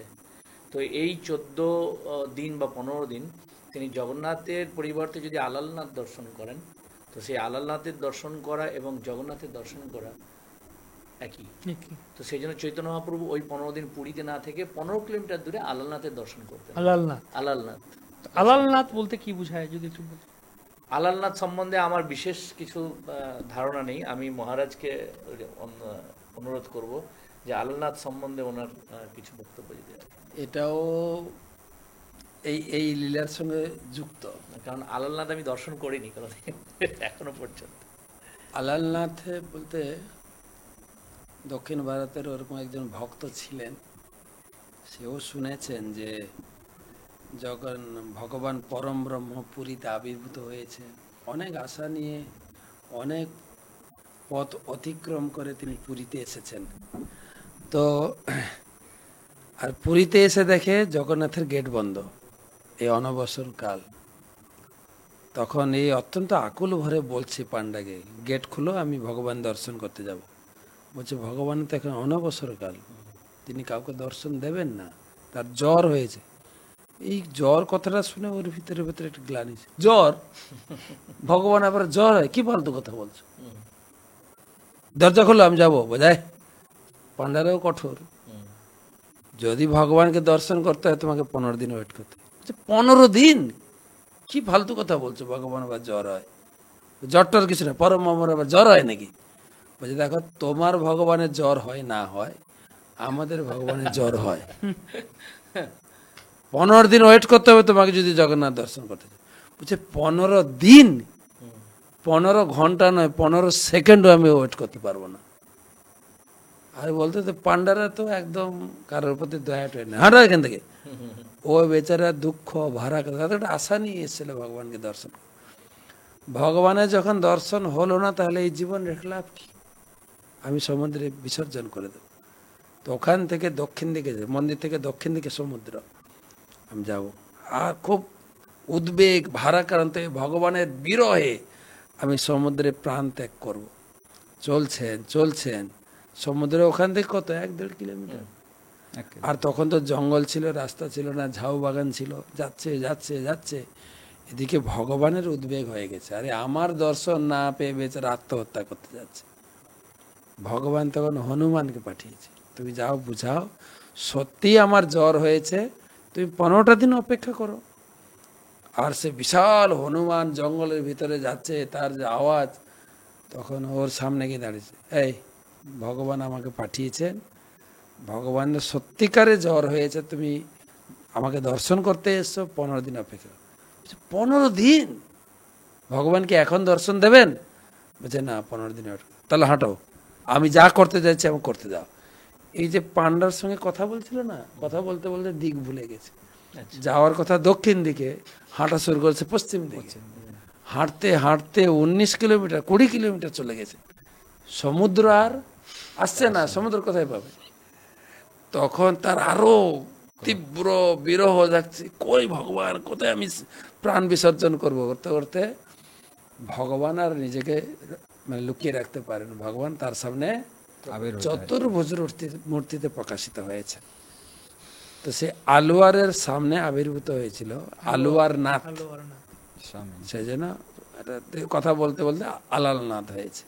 আলওয়ারনাথ কি জায়গার নাম? না, আলোয়ার ছিল সন্ন্যাসী। ও আচ্ছা। আমাদের যেরকম মহারাজ সন্ন্যাসী বলা হয়, দক্ষিণ ভারতে আলবর বা আলুয়ার বলা হয়। 12 জন আলোয়ার আছেন। হ্যাঁ, সন্ন্যাসী তার সামনে প্রকাশিত হয়েছিলেন আলওয়ারনাথ, আলবরনাথ থেকে আলালনাথ হয়ে গেছে, খুব জাগ্রত বিগ্রহ। তাই সেই পন্থা অবলম্বন করে মহাপ্রভু এই 15 দিন, যেটা শান্তপ্রভু বলেন ভগবানকে দর্শন না করে থাকতে পারতেন না, তিনিও সেই 15 দিন তিনি ওখানে অবস্থান করতেন, আলালনাথ দর্শন করতেন। আর তিনি এত ভাবের আবেগে দর্শন করতেন, তিনি দণ্ডবত প্রণাম করতে গিয়ে তার সেই ভাবাবেগে পাথরও গলে গেছে। সেই মহাপ্রভুর পুরো পাথরের অবয়ব ছাপ এখনো আছে সেই আলালনাথ। আর বিগ্রহ অতীব সুন্দর। পুরীর ভিতরে আপনি হয়তো অনেক দূরে আটকে দেওয়া হয়, কিন্তু আলালনাথে একদম চরণে যেতে পারবেন, স্পর্শ করে প্রণাম করতে পারবেন। পান্ডারা খুবই মিশুকে নিয়ে যায়, আসো একটু দক্ষিণা চায়, একটু অন্নদান করুন, পায়েস খাওয়ান ঠাকুরকে, সেটা তো তাদের কর্তব্য। কিন্তু একদম চরণে গিয়ে একদম হাত দিয়ে প্রণাম করতে পারবেন, আশীর্বাদ করতে পারবেন। অপূর্ব সুন্দর দর্শন, সুন্দর দর্শন। আরও কাহিনী আছে, আমি পরে শোনাবো, অনেক বড় কাহিনী। তো আলালনাথ মহাপ্রভু ওখানে 15 দিন কাটাতেন। আর এই 15 দিন ওখানে মেলা বসে। এখানে পুরীর পুরো চাপটা ওখানে চলে যায়। ওখানে চলে যায়। পায়েস, আর অপূর্ব সুন্দর পায়েস, যখন যাবেন আপনি পায়েস খেতে পারেন। বাহ। আরেকটা গল্প শুনছিলাম, মহারাজ লিখছিলেন তান্ত্রিকের গল্প। এক তান্ত্রিক নাকি ওই ইয়ের সময় এসছে, এই স্থানযাত্রার সময় এসছে, মানে সারা ভারতবর্ষ ঘুরে এসছে, তীর্থ ভ্রমণ করে। বলছে এটা বলা, সারা তীর্থ ভ্রমণ করে শেষে জগন্নাথপুরী দর্শন করতে হয়, মানে তখন গিয়ে তীর্থ ভ্রমণ পূর্ণ হয়। তো এসে এই সময় দেখছে যে স্থানযাত্রার সময় দর্শন দাও, বলছে না এখন অনবসর চলছে, যখন ভগবানদের আবার কিভাবে জ্বর হয়। তো দেয়নি। রাজার কাছে গিয়ে বলছে এই যে পান্ডার মিথ্যে কথা বলছে, নিশ্চয়ই ভিতরে কিছু গন্ডগোল চলছে, এই জন্য দর্শন দিচ্ছে না, তো আমাকে দর্শন দেয়া হোক। তো রাজা বলছে আরে এটা তো আমাদের পুরো পরম্পরায় চলে এসছে এত বছর ধরে, তাহলে কিভাবে দর্শন দেবে এখন। তখন সেই তান্ত্রিক কি একটা ভ্রমণ নাকি ইয়ে হয়ে গেছে, পোকা ভ্রমর হয়ে গেছে, দেখো। হ্যাঁ, ভ্রমর হয়ে গেছে, বলে দেখো আমি প্রমাণ করে। বলতে রাজাও বলছে, অবাক হয়ে গেছেন, রাজাও এসছেন, দরজার বাইরে দাঁড়িয়ে আছেন। আর সেই তান্ত্রিক ভ্রমর হয়ে এসে ওই দরজার ফুটো দিয়ে নাকি ঢুকে গেছেন ভিতরে। যখন আমি প্রমাণ করেছিল ভিতরে কি হয়, তো গিয়ে ভেতরে গেছেন, গিয়ে দেখছেন এখানে 8 জন দেবী, অষ্টমহাদেবী বলে ওরা ডাকছেন কাছে এসে। তো সে অবাক হয়ে গেছে, কাছে গেল, গিয়ে দেখে একটা পদ্ম ফুলের ভিতরে গিয়ে গেল, ভ্রমণ হয়েছে, ফুলের ভিতরে গেল, তারপরে ফুলের পাপড়ি লেগে গেছে, বন্ধ হয়ে গেছে, এখন আর বেরোতে পারছে না, একদম বেরোতে পারছে না, ছটফট বলছে, যত তন্ত্র মন্ত্র শক্তি দিয়ে কিছুই করতে পারছে না। পরে বলছে হে প্রভু আমাকে বাঁচাও বাঁচাও, ছেড়ে দেওয়া, ভুল করে ফেলেছি এই সেই। পরে যখন খুললো দৌড়ে পালালো। পরে এসে রাজাকে বলছে আমি ভুল করে, আসলেই জগন্নাথের জ্বর হয়, এটা ভগবানের লীলা। তো যাই হোক, আমরা আমাদের শেষ পর্যায়ের দিকে এসছি। তো মহারাজ এই যে 14 দিন যারা গৃহস্থ ভক্ত আছেন, বাড়িতে জগন্নাথের আলেখ্য আছেন বা যাদের বিগ্রহ আছেন, তারা কি করবেন, যাদের আলেখ্য আছেন তারা কি করবেন? আমি একটা কথা বলা বাকি থেকে গেছে, যেটা শান্তবাবু বলছিলেন যে যে তার ভক্তকে কৃপা করার জন্য, সেই বিষয়ে একটা কথা না বললেই নয়। কালকে তো স্নান হবে, এটা শুরু করেছিলেন ইন্দ্রদম্ন মহারাজ যখন প্রথম জগন্নাথ প্রতিষ্ঠা করে। তারপরে ইন্দ্রদম্ন মহারাজকে তিনি 3টে বর দিয়েছিলেন। তার হাতে জল শুকাবে না, তিনি 2 ঘড়ি বিশ্রাম নেবেন এবং তার বংশে তার বংশের কোনো উত্তরাধিকার থাকবে না। তো 2 ঘড়ি বিশ্রাম নেবেন মানে তিনি সবসময় দর্শন দেবেন। আর 2 ঘড়ি মন্দির বন্ধ হবে, কিন্তু দেবদেবীরা আসবে দর্শন করতে। এখন লক্ষ্মী দেবীর জন্য প্রভুর সময় নেই। তো আপনি যদি ঘরের স্ত্রীকে না সময় দেন, স্বাভাবিকভাবেই স্ত্রী একটু মনক্ষুণ্ণ হন, মাঝে মাঝে মনের ক্ষোভটা উগরেও ফেলেন, লক্ষ্মীর মন খারাপ। তখন ভগবান এই 15 দিন 14 দিন ভগবান জললীলা প্রকাশ করেন, সেখানে লক্ষ্মীর সেবা গ্রহণ করেন, লক্ষ্মীর সঙ্গে তিনি সময় কাটান। লক্ষ্মীকে শান্ত করে তিনি রথে বেরোবেন ভাই বোনকে নিয়ে ঘুরতে, লক্ষ্মী একটু ঠান্ডা থাকবেন। তো এটা একটা। তো যেটা আপনার প্রশ্ন ছিল যে বাড়িতে জগন্নাথ লোকে কি করবে, তো পুরীর পন্থা অনুযায়ী সমস্ত জগন্নাথ দর্শন করা নিষেধ এই 15 দিন।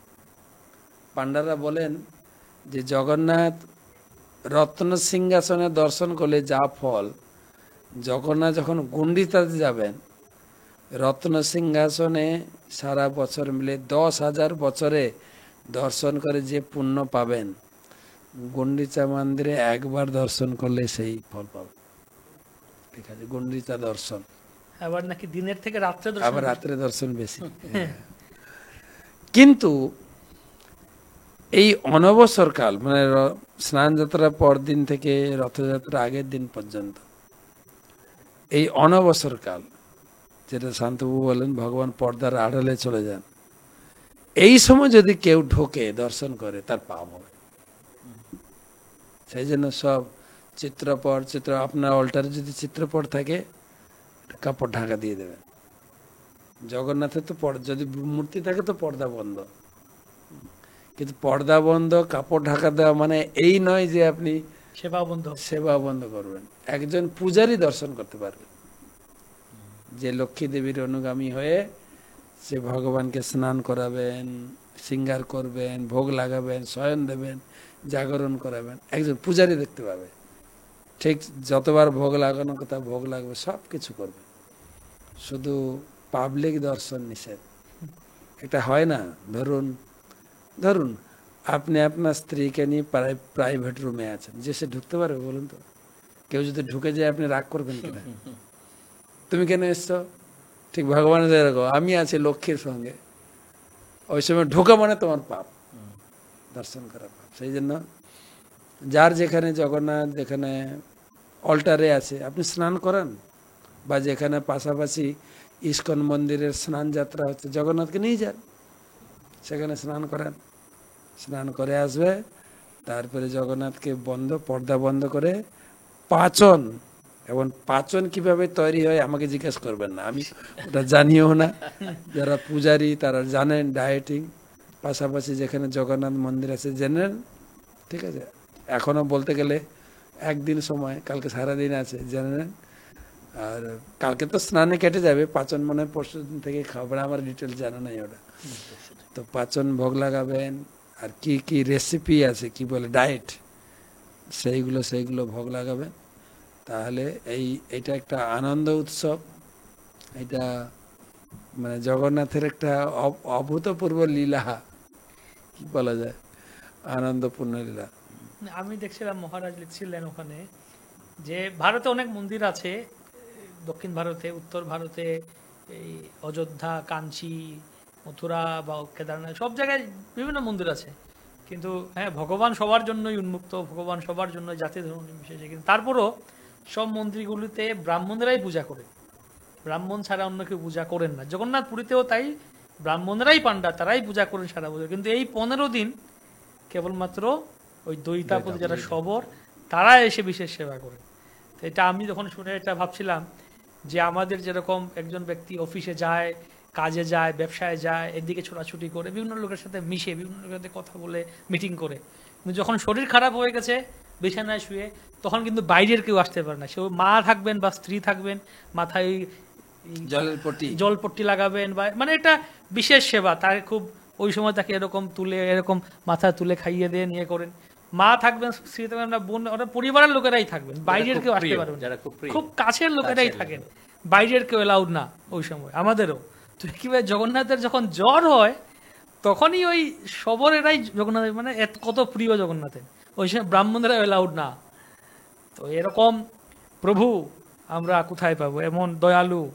তাই জগন্নাথের বিশেষ লীলা আমাদের মনে হয় যে এই মায়াবী, মানে ছোট বাচ্চারা যেরকম বড় চুপ করে তাকায় কারোর দিকে গেলে, এরকম জগন্নাথ বড় চুপ করে তাকিয়ে, তাও আবার হাতটা মনে হচ্ছে কোলে ওঠার জন্য, কোলে ওঠার জন্য হাত বাড়িয়ে আছেন, কোলে ওঠার জন্য, আলিঙ্গন করার জন্য, আলিঙ্গন করার জন্য। এরকম তোমাকে আমি কতদিন দেখি না, আসো ভাই একটু আলিঙ্গন করি, চোখ বড় ওরা। তো এত সুন্দর। তো আমরা জগন্নাথের কাছে কি প্রার্থনা করতে পারি এই স্নান যাত্রার দিনে? সেটা একটা বড় জিনিস, কিন্তু কি চাওয়া উচিত? শিল প্রভুপাদ এক সময় এরকম ছিল যখন জগন্নাথ শুধু পুরীতেই নিবাস করছিলেন। জগন্নাথকে দর্শন করার জন্য সেখানেই যেতে হতো শ্রীক্ষেত্রে। একবার শিল প্রভুপাদ, আমাদের ইস্কন প্রতিষ্ঠাতা আচার্য প্রভুপাদ, উনি একবার আমেরিকান ডিভোটিদের নিয়ে, ভক্তদেরকে নিয়ে উনি পুরীতে গিয়েছিলেন জগন্নাথ দর্শন করার জন্য। তো যখন জগন্নাথকে দর্শন করতে গিয়েছেন, তখন ওখানে নিয়ম অনুযায়ী ওরা কোনো অহিন্দু বা কোনো ওয়েস্টার্ন ডিভোটিদেরকে ওরা অ্যালাউ করে না জগন্নাথকে দর্শন করার জন্য। তো প্রভুপাদ বলছিলেন, কেন তোমাদের এই নিয়মটা কেন? তো তারা তাদের কথা, তাদের যুক্তি দেখিয়েছিলেন, কিন্তু প্রভুপাদ সেইখানে পুরী ধামে জগন্নাথের মন্দিরের বাইরে দাঁড়িয়ে প্রমিস করেছিলেন, জগন্নাথ, আই প্রমিস ইউ কি I'll take you out from this Puri and I'll establish you in whole world. তো আজকের দিনে দাঁড়িয়ে আপনি সারা বিশ্বে যদি আমাদের 700 টেম্পল থেকে, 700 টেম্পলেই মনে হয় জগন্নাথের স্নান যাত্রা হয়। শুধু তাই নয়, আজকে যদি 1 কোটি যদি ইস্কনের ফলোয়ার্স থাকে, প্রভুপাদের ফলোয়ার্স থাকে, 1 কোটি বাড়িতে জগন্নাথের স্নান যাত্রা উদযাপিত হয়। তো আমাদেরকে আলাদা করে জগন্নাথের কাছে প্রার্থনা করার জন্য পুরীতে যাওয়ার প্রয়োজন নেই, বা আপনাদেরকে এই মায়াপুর ধামে আসার প্রয়োজন নেই। আপনার পাশাপাশি আশেপাশে দেখবেন ইস্কনের কোনো না কোনো সেন্টার রয়েছে, সেখানে গিয়ে জগন্নাথের কাছে প্রার্থনা করুন। আর প্রভুপাদ একটা কথা বলছিলেন যে Jagannath is not Oriyanath, he is Jagannath, জগতের নাথ, he is the lord of universe. তো আপনি যেখানেই থাকুন না কেন, সেখানে সেই জগন্নাথ নিবাস করছেন। তার কাছে গিয়ে আপনি প্রার্থনা করুন, এটাই প্রার্থনা করতে পারেন যে তার চরণে যেন আমাদের যে অহেতুকী ভক্তি, কারণ আমাদের ভক্তির পেছনে কিছু না কিছু হেতু থাকে, কিছু না কিছু কারণ থাকে, যে আমার ছেলেকে পাশ করে দাও, বা আমার একটা চাকরি পাইয়ে দাও, কিছু না কিছু হেতু থাকে। কিন্তু জগন্নাথের কাছে আমরা এই বিশেষ দিনে একটা বিশেষ প্রার্থনা করতে পারি, তার চরণে যেন অহেতুকী অপ্রতিহতা, যেন অহেতুকী ভক্তি আমরা অর্জন করতে পারি। এই প্রার্থনা আমাদের বিশেষ প্রয়োজন তার শ্রীচরণে। আমার মনে হয় এটাই আমাদের প্রত্যেকটি ভক্তের কর্তব্য, তার চরণে যাতে শুদ্ধ ভক্তি আমরা লাভ করতে পারি, এই প্রার্থনা করে আমরা এই দিনটা উদযাপন করতে পারি।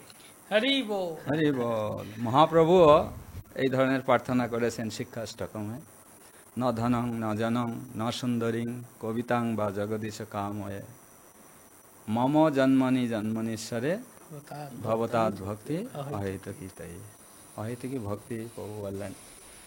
হরে কৃষ্ণ। অ্যাকচুয়ালি 4 যুগে 4 নাথ রূপে ভগবান এসছেন।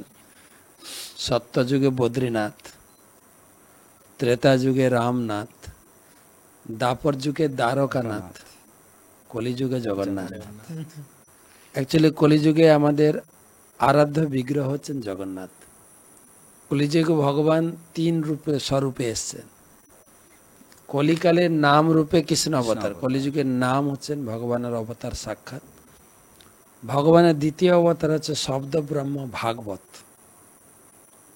আর তৃতীয় অবতার হচ্ছেন দারু ব্রহ্ম জগন্নাথ। জয় জগন্নাথ স্বামী। মহাপ্রভু বলেছেন 3 ব্রহ্মের সেবা করতে হবে, বল কৃষ্ণ, ভজ কৃষ্ণ, কর কৃষ্ণ শিক্ষা। বল কৃষ্ণ মানে নাম ব্রহ্মের সেবা, ভজ কৃষ্ণ মানে দারু ব্রহ্মের সেবা, আর কর কৃষ্ণ শিক্ষা মানে শব্দ ব্রহ্মের শিক্ষা। তো শিল প্রভুপাদ সেই মহাপ্রভুর পরম্পরাতে এই তিনটা আমাদের দিয়েছে। হ্যাঁ, আমাদের পরম পূজ্য ভক্তি পুরুষোত্তম মহারাজ বলেন প্রভুপাদ আমাদের দুই ভগবান দিয়েছেন, এক হচ্ছেন eating god Jagannath are dancing god Mahaprabhu. তো জগন্নাথের অহেতুকী কৃপা, তিন ব্রহ্ম, নাম নিষ্ঠা ভরে করতে হবে, কিন্তু আমাদের নামে রুচি নেই। আচ্ছা, ভাগবত পড়তে হবে, ভাগবত পড়াতেও আমাদের অত রুচি নেই, কিন্তু জগন্নাথ এমন একটা ব্যবস্থা করেছেন, তার দর্শন আর প্রসাদ, প্রসাদে সবার রুচি আছে। প্রসাদ ছেড়ে কি কোথায় যাব? তাই কমপক্ষে আমি প্রার্থনা করব বা আপনাদেরকে বলবো, নামে রুচি হোক, ভাগবতমে রুচি হোক, কমপক্ষে প্রসাদে বেশি বেশি করে রুচি হোক সবার। প্রসাদ, জগন্নাথের কোনো অনুষ্ঠানে কোনো ফাস্টিং নেই, fasting নেই। স্নান যাত্রা কোনো উপবাস নেই, প্রসাদ। কমপক্ষে যেন একদম মৃত্যু শয্যা পর্যন্ত মুখে প্রসাদ দিয়ে যেতে পারি। এই প্রসাদ খেয়ে খেয়ে যেন মানে প্রসাদে যেন রুচি হয়, অন্য কোনো অখাদ্য কুখাদ্য যেন আমার মুখে না ওঠে, বা সেই রকম পরিস্থিতি যেন না হয়। কেবল প্রসাদ খেতে খেতে জগন্নাথকে স্মরণ করতে করতে এই জীবনটা সমাপ্ত করতে চাই। প্রসাদ, মহাপ্রসাদ কি প্রসাদ। হরে কৃষ্ণ, জয় জগন্নাথ স্বামী কি জয়, জয় বলদেব সুভদ্রা মহারানী কি জয়। সকল ভালো থাকুন, সুস্থ থাকুন, এবং জগন্নাথ অসুস্থ থাকবেন, আপনারা সবাই সুস্থ থাকুন, জগন্নাথের সেবায় থাকুন। তবে একটা কথা, যেরকম আমাদের নির্জল উপবাস গেল, সারা দিন সারা রাত না খেয়ে সকালে খাওয়ার জন্য কখন পারণ, কখন পারণ, কখন, ঠিক সেই রকম এই 15 দিন জগন্নাথের দর্শন হবে না, চোখের ফাস্টিং, চোখের ফাস্টিং হবে, জগন্নাথকে দর্শন হবে না। ঠিক 14 দিনের মাথায় একটা উৎসব হয়, নেত্র উৎসব। নির্জলা ফাস্টিং পরে পেটের উৎসব, আর ওটা হবে নেত্র নেত্র উৎসব। জগন্নাথ সেই লক্ষ্মী দেবীর হাতে সেবা গ্রহণ করে 15 দিন বিশ্রাম নিয়ে একটা নবরূপে তিনি প্রকাশিত হবে, অর্থাৎ জগন্নাথের অঙ্গরাগ হয়, নবরূপে প্রকাশিত হবে। আর যারা ঐকান্তিক ভক্ত 14 দিন ফাস্টিং এর পরে চোখ দিয়ে যেন জগন্নাথকে পান করে নেবেন, এত সুন্দর 14 দিন পরে দেখছি। সেই উৎসবের নাম হচ্ছে নেত্র উৎসব। সেটাও একটা খুব আড়ম্বরপূর্ণ। ঠিক রথযাত্রার আগের দিন দর্শনটা হয় বিকালের দিকে, আর সেটাও একটা উৎসব, নেত্র উৎসব। পুরীতে তো প্রচন্ড ভিড়, প্রচন্ড, সেটাও একটা মানে রিস্কি ভিড়, কিছু দুর্ঘটনা ঘটে, কিন্তু আমাদের ইস্কন মন্দিরগুলোতে মোটামুটি ভিড় সামলানো যায়। আর তবে দরজা একটু বড় বড় থাকে, তো পুরীর দরজা খুব সংকীর্ণ, যার জন্য অনেক দুর্ঘটনা ঘটে যায়। তো এ অনেকগুলো উৎসব, স্নান উৎসব, গজবেশ, তারপরে ছিল অনবসর উৎসব, শুধু পাচন আর বিভিন্ন রকম ডায়েট, জগন্নাথ কি ডায়েট খাচ্ছেন সেগুলো যদি শিখে নেন, আপনার জগন্নাথকেও খাওয়াবেন। ডায়েট খেয়ে জগন্নাথ 15 দিন রেস্ট নিয়ে হেলদি হয়ে যাবেন। তারপর 15 দিনের মাথায় আপনি নেত্র উৎসব করবেন, তারপরে জগন্নাথ চলে যাবেন রথযাত্রায়, আপনার হাত থেকে চলে গিয়ে মাসির হাতে সেবা গ্রহণ করবেন। জগন্নাথ কি জয়। হরে কৃষ্ণ। তো যে যেখানে আছেন ভালো থাকুন, সুস্থ থাকুন, আনন্দে থাকুন, জগন্নাথকে নিয়ে আনন্দে থাকুন, জগন্নাথকে নিয়ে আনন্দে থাকুন, প্রভু আমি একটা কথা বিরহেও বলবো। থাকুন। তো মহারাজ বললেন যে উৎসব, আসলে জগন্নাথের পুরোটাই হচ্ছে উৎসবময়। এই স্নান যাত্রা উৎসব শুরু হবে আগামীকাল, সেটা একটা উৎসব, জাতি ধর্ম বর্ণ নির্বিশেষে সবাই অংশগ্রহণ করবে। তারপর তার অন্তরঙ্গ পার্শ্বদ দ্বৈতাপতিগণ সেবা করবেন, সেটা একটা উৎসব। তারা সারা বছর সেবার সুযোগ পান না। তা আমি একটা কোথায় পড়লাম, সেখানে বলা হচ্ছে দ্বৈতাপতিগণ হচ্ছেন লক্ষ্মী দেবীর অংশ প্রকাশ। তো অন্তরঙ্গ লক্ষ্মী দেবীর সঙ্গে ভাব বিনিময় করবেন, সেটা একটা উৎসব। তারপর আর একটা উৎসব হচ্ছে তো সেই সময় ভক্তরা, অনেক ভক্ত যেমন দক্ষিণ ভারতের ভক্তরা বিরহ অনুভব করেন ভগবানের দর্শন না পেয়ে। তো সেটার জন্য ভগবান বিকল্প পদ্ধতিও একটা দিয়েছেন, আলালনাথ। তো সেখানে আলালনাথের দর্শন হচ্ছে জগন্নাথ দর্শনের সমান ফল। তো সমান ফল পাবে যারা দর্শন করতে যান, তারা আলালনাথে যাবেন, দর্শন করবেন। তা সেখানেও উৎসব মুখর হয়ে মহাপ্রভুর সেখানে যেতেন।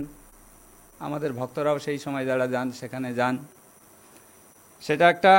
আর একটা হচ্ছে যেটা মহারাজ বললেন যে নেত্রোৎসব, যে প্রথম দর্শন, তা মূলত সেটা হচ্ছে নবযৌবন উৎসব। আর সেই সময় অঙ্গরাগ আদি করা হয় মূলত। হরে কৃষ্ণ। জয় হরি বল। তো যে যেখানে আছেন আপনারা পড়তে থাকুন ভগবানের কথা, গীতা ভাগবত শুনতে থাকুন, মায়াপুর টিভি টক শো।